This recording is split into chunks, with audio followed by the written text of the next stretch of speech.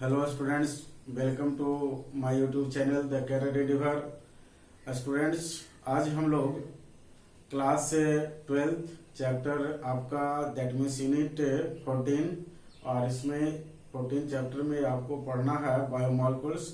और इसमें जो अभी हम डिस्कस करने जा रहे हैं वो आपको है साइक्लिक स्ट्रक्चर ऑफ ग्लूकोज के बारे में। तो साइक्लिक स्ट्रक्चर ऑफ जब ग्लूकोज की बात करेंगे तो हम लोग बात करते हैं डी ग्लूकोज का। D glucose means dextro rotatory glucose. That means ये जो ग्लूकोज होते हैं पीपीएल को राइट डायरेक्शन में रोटेट करते हैं। जब ग्लूकोज के सॉल्यूशन से पीपीएल को पास करवाया जाता है तो ये पीपीएल को राइट डायरेक्शन में रोटेट कर देते हैं, इसलिए ग्लूकोज को हम लोग डेक्स्ट्रो ग्लूकोज या डी ग्लूकोज के नाम से जानते हैं। तो इसका हम लोग देखेंगे साइक्लिक स्ट्रक्चर। तो देखें cyclic structure of D glucose. तो साइक्लिक स्ट्रक्चर तो आप अभी पढ़ने जा रहे हैं। इसके पहले आपने पढ़ा था open chain structure of D glucose. तो डी ग्लूकोज का ओपन चेन स्ट्रक्चर आप यहाँ पर देख रहे हैं, जो कि आपको मेंशन किया गया है। यहाँ डी ग्लूकोज है और डी ग्लूकोज का ओपन चेन स्ट्रक्चर में आप देखेंगे कि कायरल कार्बन की संख्या 1, 2, 3, 4 कायरल कार्बन की संख्या 4 होती है। अब आपको समझना है कि साइक्लिक जो स्ट्रक्चर डी ग्लूकोज का है वो बनता कैसे है। तो इसके बनने के लिए आप देखें कि ये जो साइक्लिक स्ट्रक्चर ग्लूकोज का होता है ये 6 मेंबर्ड रिंग होते हैं और हेमिएस्टल फॉर्म में होते हैं। और हेमिएस्टल क्या होता है? जब अल्कोहल और एल्डिहाइड आपस में रिएक्ट करते हैं तो आपको हेमिएस्टल बनाता है, जिसमें आपको ध्यान देना है कि अल्कोहल का ग्रुप एक होना चाहिए और एल्डिहाइड का ग्रुप भी एक होना चाहिए। तो आपको बनेगा हेमिएस्टल, जो आप इधर देखेंगे। अब देखेंगे नेक्स्ट हम लोग देखते हैं। तो ग्लूकोज जो होता है 6 मेंबर रिंग जो होता है और ये हेमिएस्टल के फॉर्म में होता है। और ये हेमिएस्टल बनता कैसे है? तो देखें intermolecular hemiacetal formation due to cyclisation between OH group of C5 atom and aldehyde group of open chain structure of glucose. अब देखें ये जो आप देख रहे हैं ये आपको एल्डिहाइड ग्रुप है ग्लूकोज का। अब इस एल्डिहाइड ग्रुप का जो एल्डिहाइड ग्रुप है ग्लूकोज का वो कार्बन जो 5वां पोजीशन पर है open chain structure of glucose में। देखें 1, 2, 3, 4, 5। तो 5 नंबर पर जो OH है वो आपको क्या करता है कि इसका जो लोन पेयर इलेक्ट्रॉन है ऑक्सीजन के पास वो फर्स्ट कार्बन के साथ अटैच होता है। वो कैसे अटैच होता है? तो आप जानते हैं कि कार्बन और ऑक्सीजन में ऑक्सीजन ज्यादा इलेक्ट्रोनेगेटिव होता है। और यहाँ देखिए कार्बन और ऑक्सीजन के बीच एक सिंगल बॉन्ड और एक पाई बॉन्ड है। ये 2 कोवलेंट बॉन्ड है, उसमें एक सिंगल और एक पाई है। तो पाई बॉन्ड कमजोर होता है। तो जैसे ही यहाँ का जो इलेक्ट्रॉन है आपको यहाँ से ये जो इलेक्ट्रॉन जैसे ही शिफ्ट करके कार्बन के पास जाएगा ऑक्सीजन का इलेक्ट्रॉन चला आता है। कार्बन का जो ये बॉन्ड बना हुआ ऑक्सीजन के साथ ये सिंगल जो पाई बॉन्ड है उसका इलेक्ट्रॉन चलाता है ऑक्सीजन के पास। जैसे ही ऑक्सीजन के पास आएगा तो स्टूडेंट्स यहाँ पर नेगेटिव चार्ज आएगा और यहाँ पे पॉजिटिव आएगा। लेकिन यहाँ से इलेक्ट्रॉन जा रहा है, जो पॉजिटिव जो चार्ज है उसको कैंसिल करके ऑक्सीजन के साथ रिंग लाइक स्ट्रक्चर बना लेता है इस तरह से।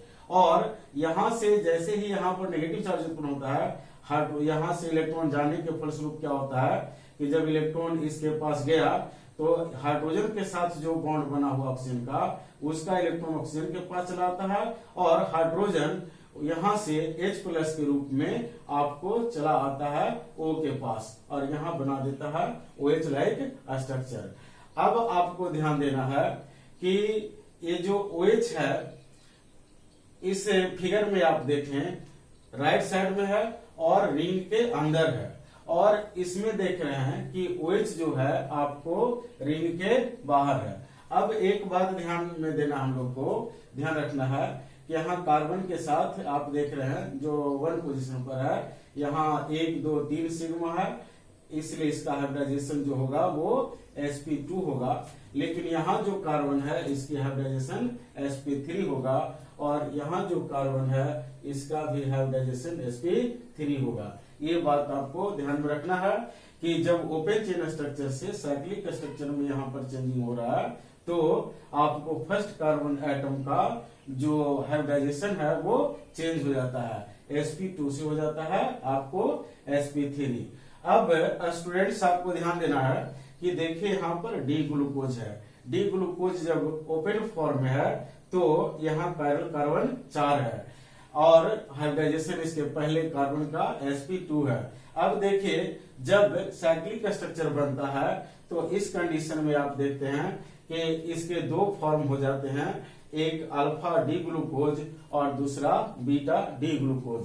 अल्फा डी ग्लूकोज में कायरल कार्बन की संख्या 5 होती है, जैसे आप देख लें 1 2 3 4 5। और आप जानते हैं कि कायरल कार्बन एटम हम लोग उसको कहते हैं जिसमें कार्बन के जो चारों बॉन्ड होते हैं अलग अलग एटम या ग्रुप ऑफ एटम से जुड़े रहते हैं, मतलब डिफरेंट ग्रुप ऑफ एटम्स या आपको एटम चाहिए उसके साथ जुड़ा रहना। तो यहाँ देख रहे हैं 1 2 3 4 5 कायरल कार्बन एटम है, और इसमें भी आपको बीटा डी जो ग्लूकोज है इसमें भी कायरल कार्बन की संख्या 5 है। तो अब आप देखें कि हम लोग को जानना है कि यहाँ जो डी ग्लूकोज है उसको हमने यहाँ लिखा अल्फा डी ग्लूकोज और यहाँ लिखा बीटा डी ग्लूकोज। तो स्टूडेंट्स ये कंफ्यूजन होता है कि कैसे हम पहचान पाए कि कौन अल्फा ग्लूकोज है और कौन बीटा ग्लूकोज है। That means alpha D glucose और बीटा डी ग्लूकोज आपको फाइंड आउट करना होगा। तो आप कैसे फाइंड आउट कर सकते हैं, तो आप देखिए कैसे फाइंड आउट करेंगे उसका मैं तरीका बता दूं। यहाँ देख रहे हैं कि फर्स्ट कार्बन पर जो OH है वह आपको राइट पोजीशन में है, और यहाँ जो राइट पोजीशन में OH है वो इनसाइड द ये जो बॉक्स बन रहा है उसके अंदर है। तो ध्यान रहे कि अगर पहला कार्बन पर जो OH है वह आपको इनसाइड द बॉक्स हो तब हम उसको नाम देते हैं अल्फा डी ग्लूकोज, और अगर पहला कार्बन पर OH जो है वो आउटसाइड द बॉक्स हो और आपको LHS पोजीशन पर हो कार्बन के रिस्पेक्ट में, तब हम लोग उसको नाम देते हैं बीटा डी ग्लूकोज। और मैंने आपको पहले बताया था कि स्टार्च जो होते हैं अल्फा ग्लूकोज के पॉलीमर होते हैं और सेलुलोज जो होते हैं बीटा ग्लूकोज के पॉलीमर होते हैं। तो आपको मैं बताया था कि जब मैं स्ट्रक्चर को डिस्कस करूंगा तो मैं अल्फा और बीटा के जो स्ट्रक्चर्स हैं ग्लूकोज के उसको मैं बता दूंगा। तो वो पॉइंट यहाँ पर आपको देखने को मिला कि किसको हम अल्फा डी ग्लूकोज कहेंगे और किसको बीटा डी ग्लूकोज कहेंगे। उसके लिए इस पॉइंट को आपको ध्यान में रखना है। और विशेष बातें आप देखें, कायरल कार्बन एटम कितना होगा और फर्स्ट कार्बन का हाइब्रिडाइजेशन ओपन चेन में क्या होगा और क्लोज चेन में क्या होगा, और इससे जो ओपन चेन से जो आपका क्लोज चेन स्ट्रक्चर यहाँ बन रहा है साइक्लिक, और यहाँ जो साइक्लिक स्ट्रक्चर बन रहा है वो हेमीएस्टल फॉर्मेशन के द्वारा बनता है, जिसमें आपको OH ग्रुप जो है एल्डिहाइड ग्रुप के साथ इंटरमोलिकुलर रिएक्शन कर लेता है, जिसके कारण यहाँ पर इस तरह का कंडीशन आता है। अब स्टूडेंट्स अब हम लोग देखें नेक्स्ट नोट पॉइंट में, ये आपको एग्जाम में आता है कि अल्फा डी ग्लूकोज जो है और बीटा डी ग्लूकोज ये दोनों एक दूसरे के क्या होते हैं, तो आपको ध्यान देना है ये एनोमर्स होते हैं और एनोमर्स हैं, और आपको ध्यान देना है कि ये एक दूसरे के एनोमर्स हैं। और दूसरी बात है एनोमर्स क्यों है, तो एनोमर्स का पहचान है कि कार्बन का जो पहला एटम है जिसको हम लोग एनोमेरिक कार्बन कहते हैं, और उस एनोमेरिक कार्बन पर स्टेरियो कन्फिग्रेशन डिफरेंट हो जाए। स्टेरियो कन्फिग्रेशन का मतलब ये जो आप देख रहे हैं आपका C पर इधर OH है दाहिने साइड में, तो ये चेंज होकर आपको आ जाता है बाएं साइड में। तो पहला कार्बन जो है उस कार्बन एटम का OH एक में देख रहे हैं कि दाहिने साइड में है और दूसरे में देख रहे हैं आपको बाएं साइड में है, और पहला कार्बन पर है, इसलिए इसको हम लोग एनोमर्स कह रहे हैं कि अल्फा डी ग्लूकोज और बीटा डी ग्लूकोज एक दूसरे के एनोमर्स हैं। और फर्स्ट जो कार्बन है जहां पर स्टेरियो कॉन्फ़िगरेशन में चेंजिंग आया है उस कार्बन को हम लोग एनोमेरिक कार्बन कहते हैं। अब आप देखेंगे कि अल्फा एंड बीटा जो फॉर्म्स होते हैं ग्लूकोज का, इनको हम ईपीमर्स भी कहते हैं एक दूसरे का एट C1।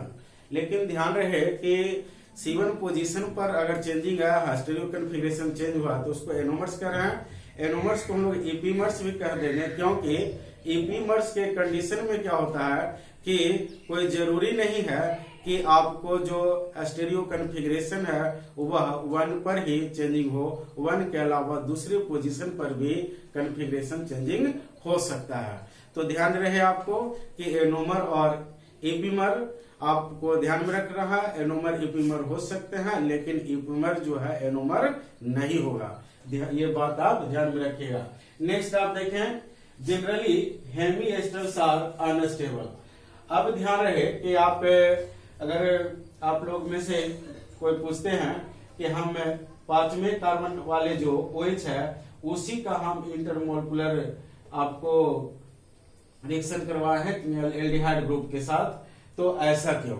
तो ध्यान रहे कि जो साइक्लिक स्ट्रक्चर होते हैं वो 5 और 6 मेंबर जो होते हैं वो ज्यादा स्टेबल होता है, इसलिए यहाँ जो कार्बन का 5वां मेंबर है उस मेंबर से आपको जब साइक्लाइजेशन होगा तो 6 मेंबर रिंग बनेगा।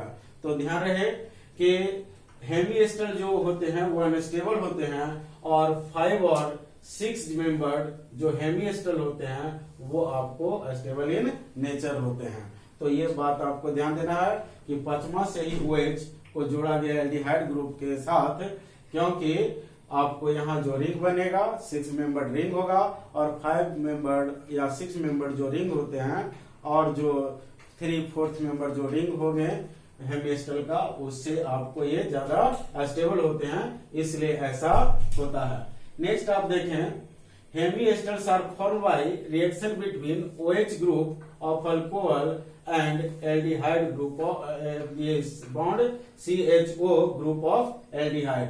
तो एल्डिहाइड का आप फंक्शनल ग्रुप जानते हैं कि ये बॉन्ड CHO होता है और अल्कोहल का जानते हैं कि बॉन्ड OH होता है। ये दोनों आपस में रिएक्ट करते हैं तो आपको बनता है हेमिएस्टर।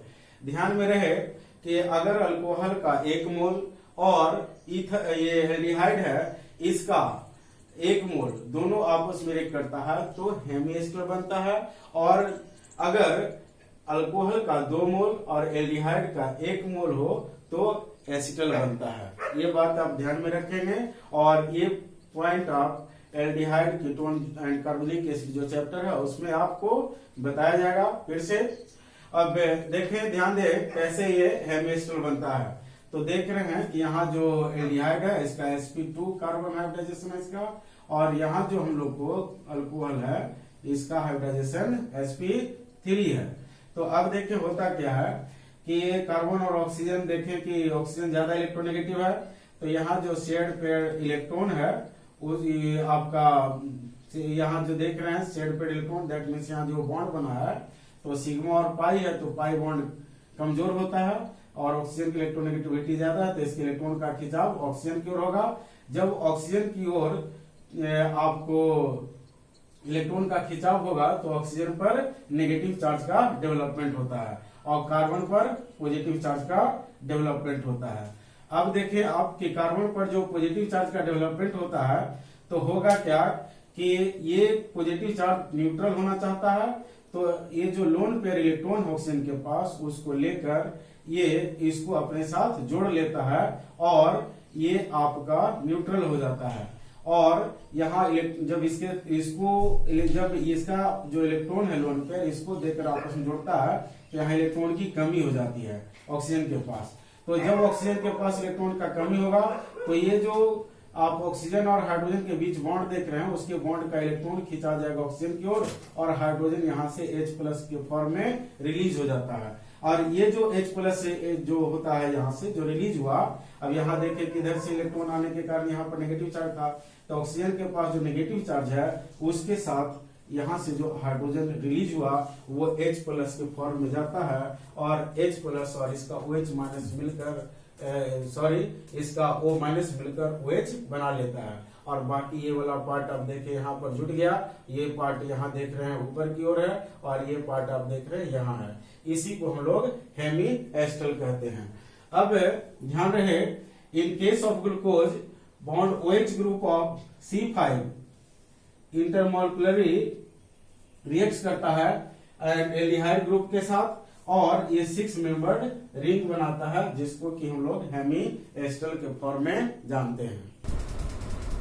तो स्टूडेंट्स, हम लोग अब देखते हैं साइक्लिक स्ट्रक्चर जो ग्लूकोज का होता है उसको हम लोग फिशर स्ट्रक्चर ऑफ ग्लूकोज के रूप में लिखेंगे और वो कैसे लिखा जाता है उसके बारे में समझेंगे और उसके बाद देखेंगे हावर्थ स्ट्रक्चर ऑफ ग्लूकोज, क्योंकि जब आप ओलिगोसैकेराइड और पॉलीसैकेराइड के बारे में पढ़ेंगे और 2 मोनोसैकेराइड का कॉम्बिनेशन होता है तो हम लोग साइक्लिक स्ट्रक्चर जो हावर्थ स्ट्रक्चर है ग्लूकोज का उसी से आगे उसको हम लोग समझ पाएंगे, या अदर जो मोनोसैकेराइड्स होंगे उसको भी।